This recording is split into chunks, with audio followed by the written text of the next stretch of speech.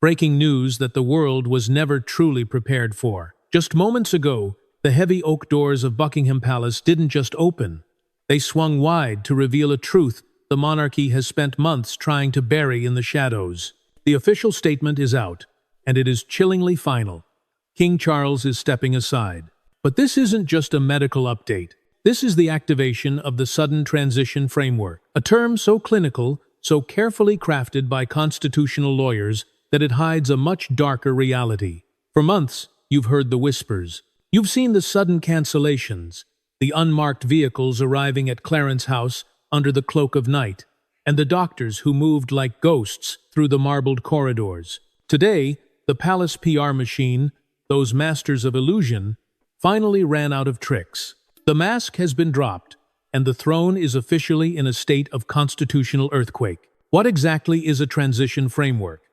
To the casual observer, it sounds like a planned retirement.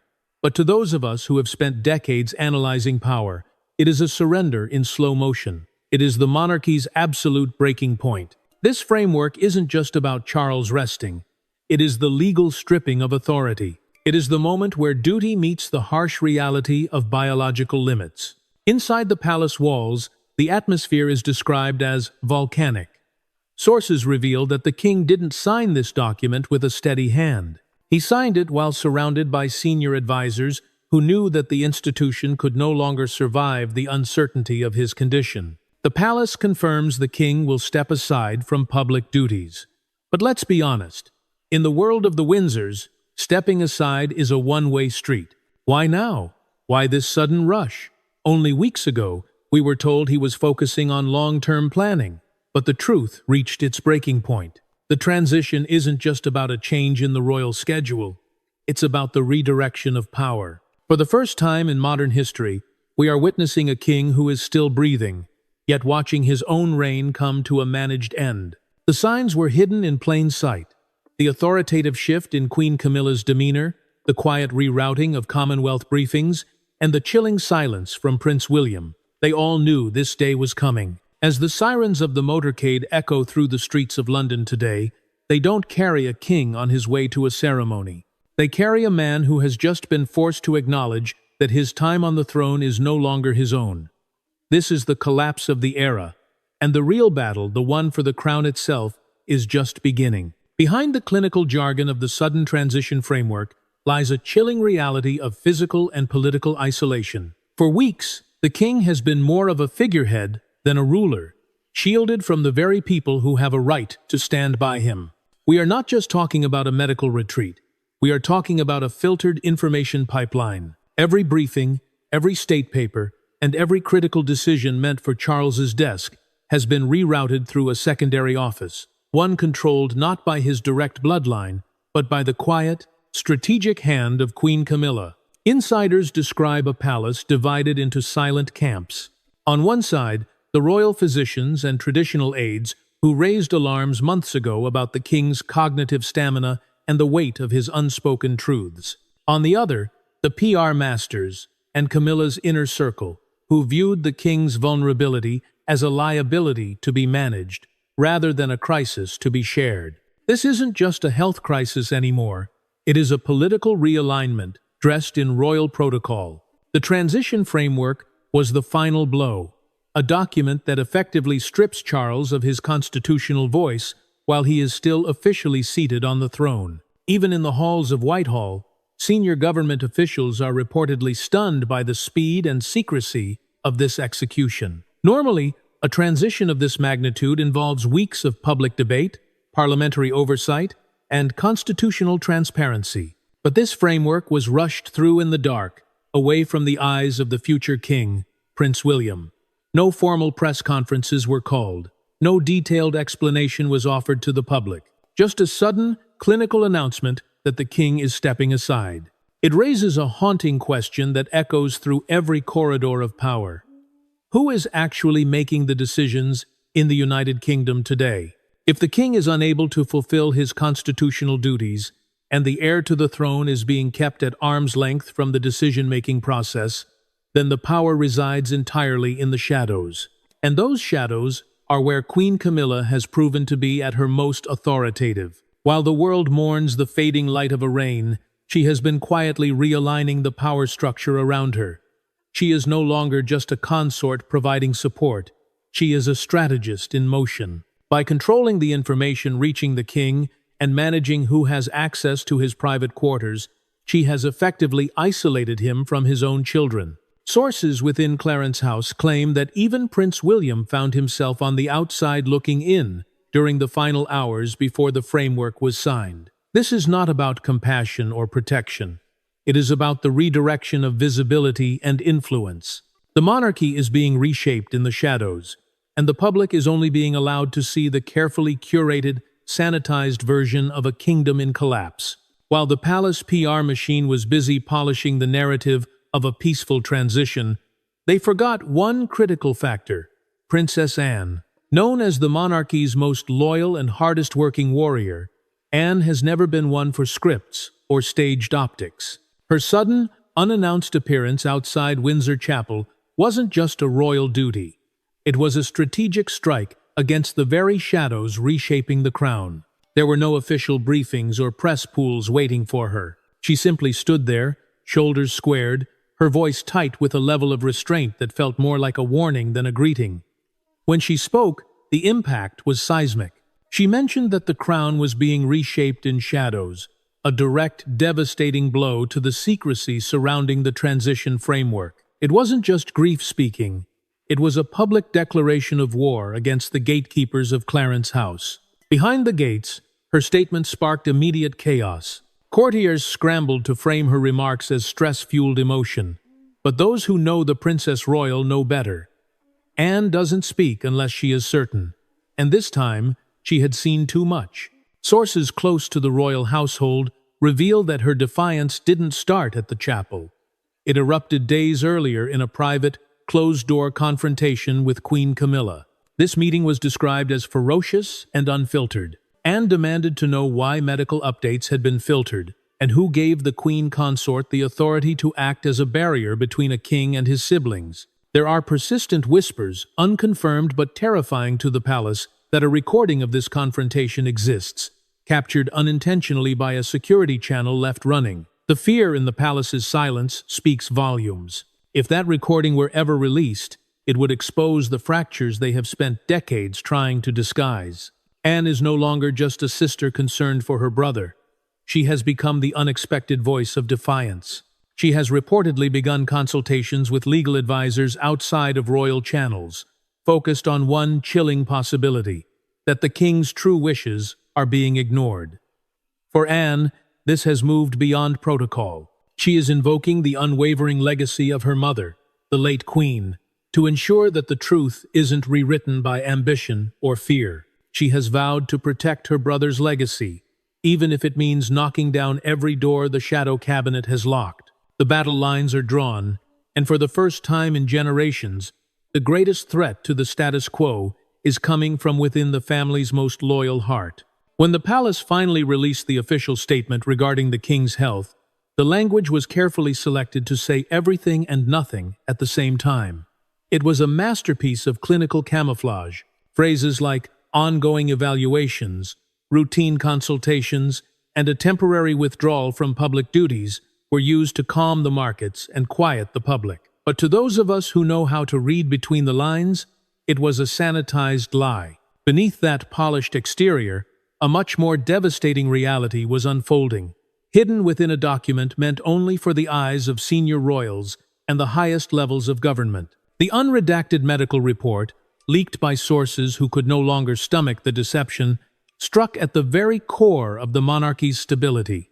It didn't just speak of physical fatigue or a recoverable illness. It outlined a prognosis far graver than the world was ever supposed to imagine. The king, it stated, had been diagnosed with a rare degenerative condition, one that doesn't just affect the strength of the body, but slowly and systematically erodes the mind. We are talking about progressive cognitive decline, the kind that limits memory, complicates decision-making, and ultimately strips a monarch of his public function.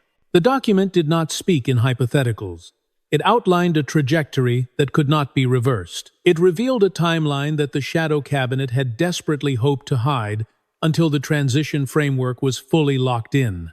But it was one specific sentence, buried deep on page 4 of that report, that redefined the future of the British throne.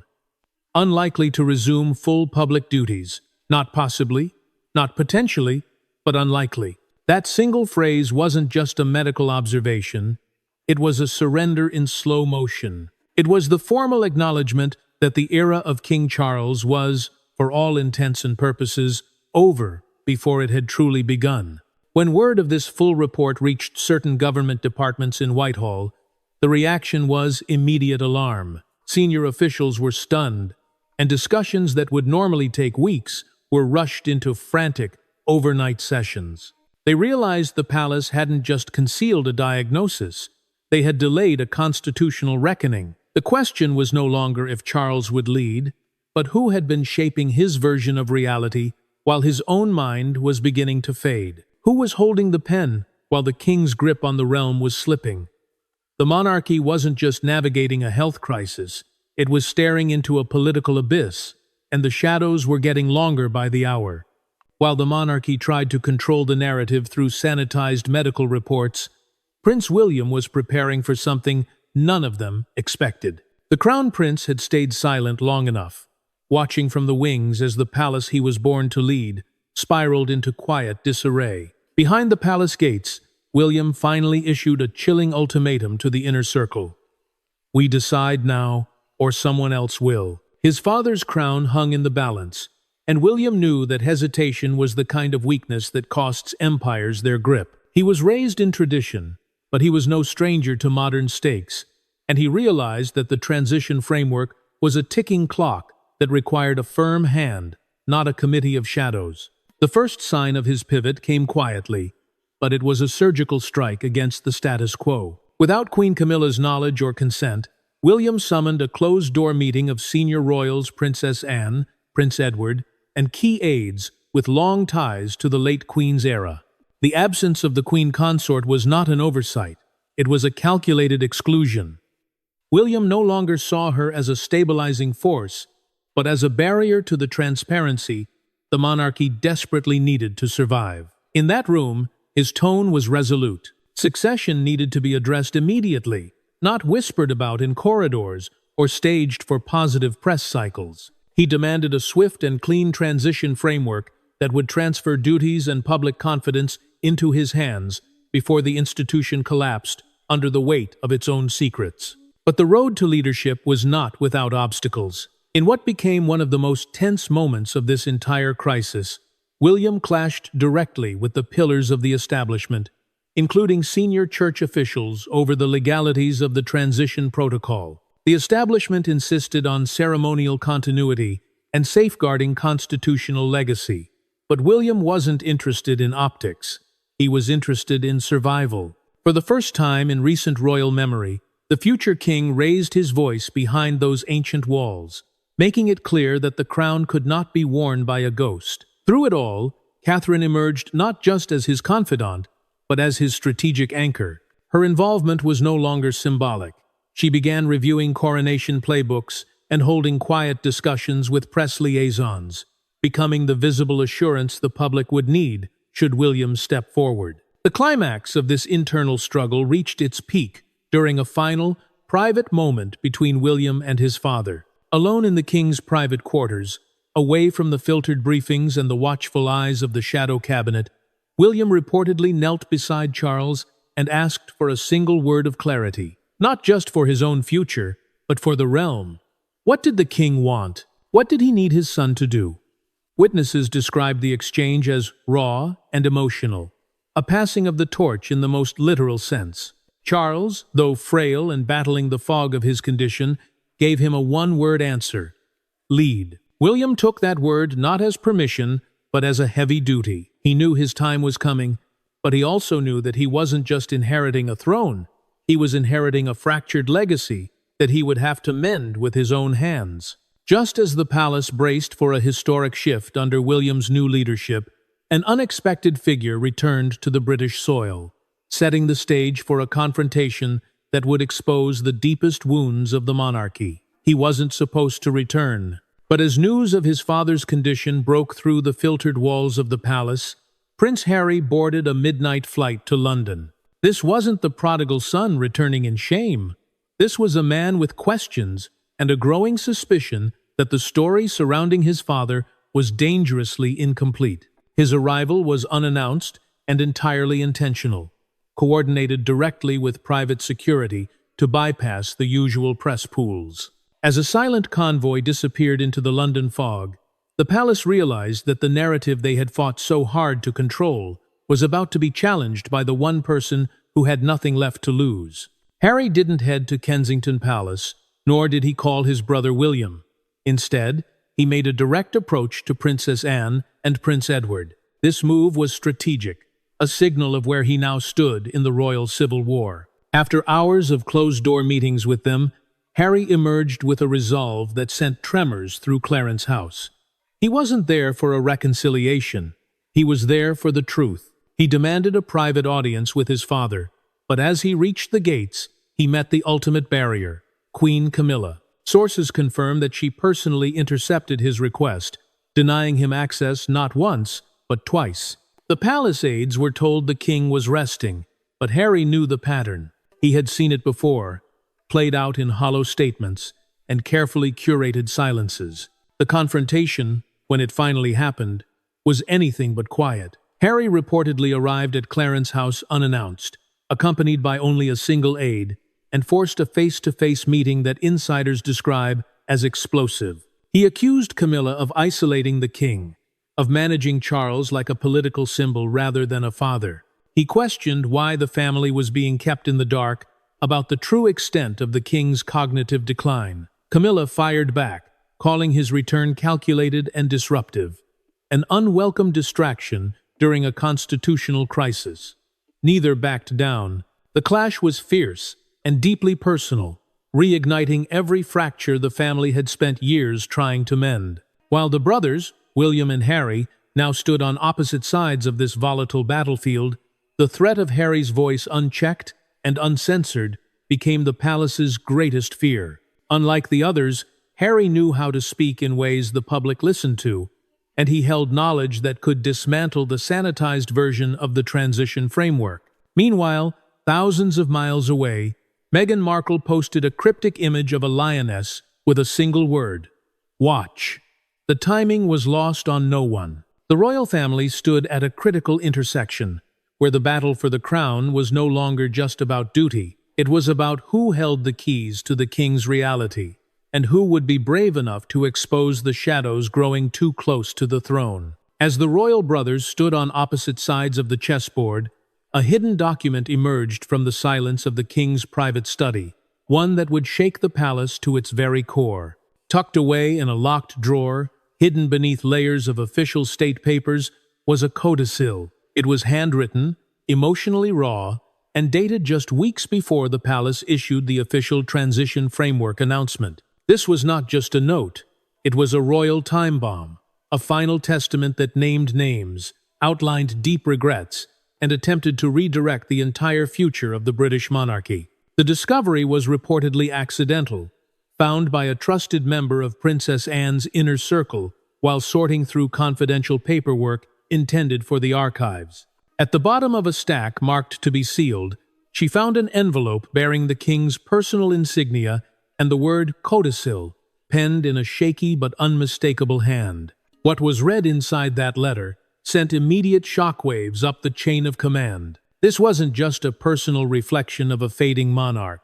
It was a constitutional earthquake addressed plainly to his children and to the people of the realm. The letter unfolded like a final plea from a man who knew his time was slipping away. It began with words of deep affection and pride, but the tone quickly shifted to one of alarm. Charles expressed a haunting concern over what he called shadows growing too close to the crown. While he didn't name Queen Camilla directly, he alluded to those whose loyalty to the institution might not match their appetite for its influence. It was a diplomatic veil, but to those who knew the internal players, the message was unmistakable. But the most stunning revelation was saved for Princess Catherine. In this private document, Charles called her the future mother of the monarchy, a phrase that not only elevated her stature to an unprecedented level, but signaled his absolute trust in her character and her symbolic role in the royal lineage.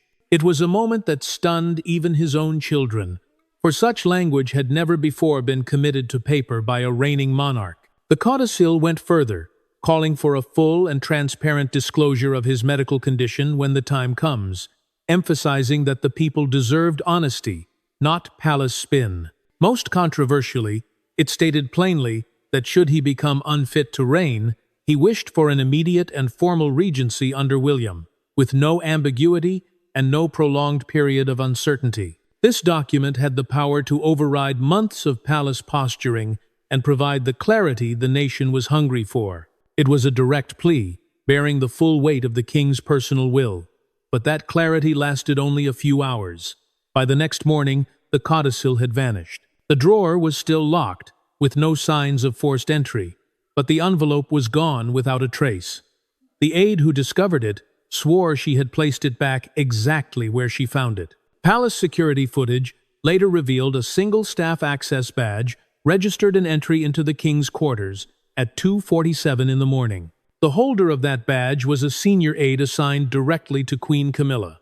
The palace has never confirmed this publicly, but the silence that followed was deafening. William was incandescent with rage, demanding a full inquiry, but his demand hit a wall of royal protocol. The most important message Charles ever wrote had been erased, leaving the monarchy fractured and the truth buried once again in the shadows.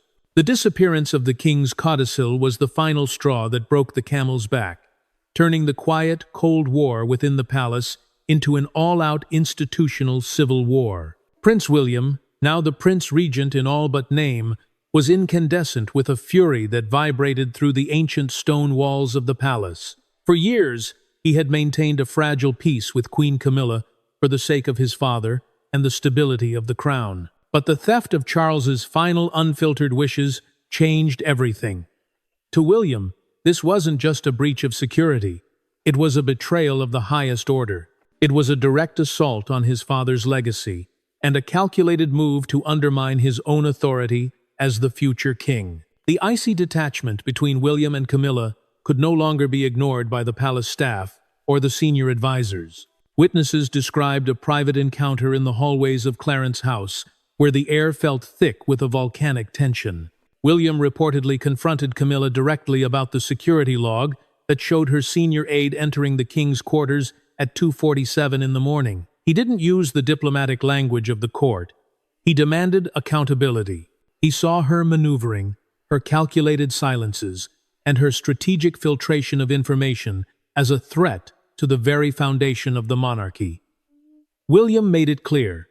The era of the shadow cabinet was over. He began stripping away the administrative powers she had quietly accumulated during Charles's illness, rerouting state papers directly to his own office at Kensington. But Camilla remained untouchable in her own right.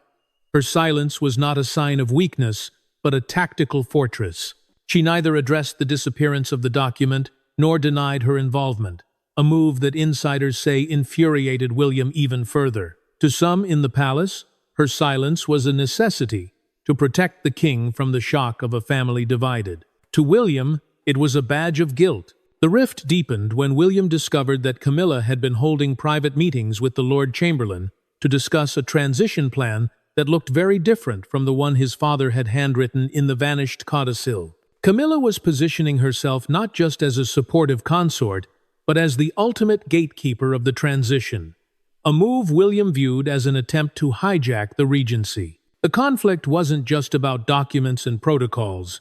It was deeply personal, especially when it came to Princess Catherine. William was acutely aware of the deep trust his father had placed in Catherine, calling her the future mother of the monarchy in the lost letter. He saw Camilla's attempt to minimize Catherine's influence as a direct insult to his wife and his children's future. The palace was now split into two distinct and hostile camps, those aligned with William, who believed transparency was the only way to save the crown, and those standing behind Camilla, who defended the secrecy as a constitutional necessity. Every hour without a resolution eroded public confidence and stretched the monarchy to its thinnest thread. The kingdom was built on ceremony, but it was being shattered by secrets, and the man who would be king was no longer willing to wait for the shadows to move. The moment arrived with no royal fanfare and no advanced notice. Only a brief, startling announcement issued just hours before. His Majesty the King will address the nation. As the cameras were positioned inside the cold, historic walls of Windsor, the atmosphere was thick with the weight of centuries. Surrounded by fading portraits of ancestors and the heavy burden of bloodline, King Charles looked into the lens not as a powerful ruler, but as a man bowed by the weight of time and the erosion of his own mind. This was the climax of the transition framework, the moment where the public facade of stability finally met the private reality of collapse. Charles appeared frail, his hands slightly trembling, but his eyes held a clarity that had been missing for months. It was a broadcast that would be remembered not for its pomp, but for its raw, unfiltered humanity. He began with grace, offering a calm thank you to the people of the United Kingdom and the Commonwealth for their loyalty and their prayers. But then, almost unexpectedly, a line cracked through the polished veneer of the royal script. "I have caused pain, and I have endured it," he said. The words lingered in the air, unpracticed and real. For the first time, he didn't look like a monarch holding court. He looked like a man letting go of a life he had waited decades to live. Then came the subtle but unmistakable shift that sent a chill through the palace corridors. He made a vague but deliberate reference to letters that may not reach you in time.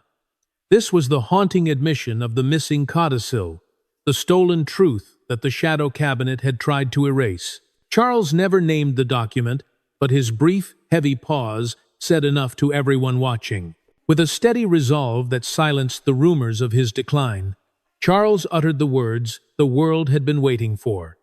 "With full confidence, I name my son William as Prince Regent. No qualifiers, no further delays, and no room for ambiguity." It was a decision that shattered the stalemate and drew a clear line between duty and legacy. He called it an act of necessity, not surrender, but the pain behind his eyes betrayed the immense cost of this moment. He spoke then of Princess Catherine with deep reverence, calling her the steady anchor of the family, and in a move that stunned the nation, he spoke Diana's name. He acknowledged that her truth had never wavered, publicly linking the mother of the future king with the woman now destined to lead beside him. As the broadcast drew to a close, Charles didn't offer a traditional plea for unity. Instead, he offered something far more haunting: silence. He looked into the camera, his lips trembling slightly, and for a full 7 seconds, he said absolutely nothing. It wasn't a mistake or a technical glitch. It was the end of something ancient. It was the visual representation of a king who had given everything he had left to the crown and was now stepping into the long shadows of history. When the screen finally faded to black, the country knew that something irreversible had occurred. The king had fallen silent, the regency of William had begun, and the battle over the monarchy's legacy was no longer a secret kept behind gilded doors. The echoes of that 7-second silence are still vibrating through every corner of the realm, leaving a nation and a world to wonder what truly remains of the monarchy we once knew. The transition framework is no longer a legal theory. It is a lived reality. As King Charles retreats into the quiet isolation of Sandringham, away from the flashing bulbs and the weight of the red boxes, the palace gates have closed on an era that was as brief as it was turbulent. But as one reign fades into the mist of history, the shadows that defined its final days have not simply disappeared.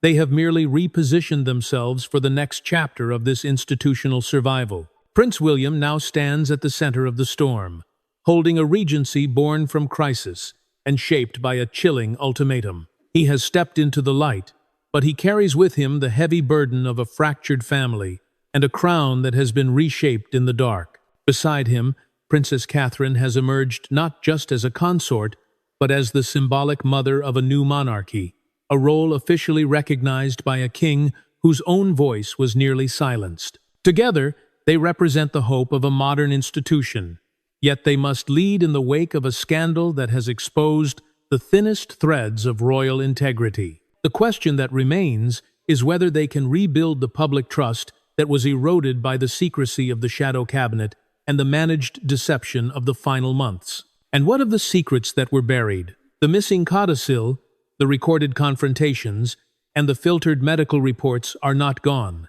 They are the ghosts that will haunt the hallways of Kensington and Buckingham for years to come. History has a way of finding the truth, even when it is locked in a drawer or erased from a security log. Queen Camilla remains a figure of authoritative silence, a strategist who secured her place in the framework but lost the trust of the heir. Prince Harry remains in the wings, a reminder of the wounds that refused to heal and the truth that was never allowed to be fully spoken. The monarchy has survived this constitutional reckoning, but it has been forever changed by the cost of that survival. As we watch the first days of the Regency unfold, we are reminded that a kingdom is more than its ceremonies and its gilded carriages.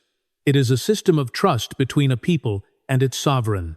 The era of King Charles has taught us that even the most ancient institutions are vulnerable to the frailties of the human mind and the ambitions of those who walk in the shadows. The transition is complete, and a new dawn has arrived for the British throne. But the battle over the legacy of the king is only just beginning. The crown has been saved, but the truth is still waiting to be told.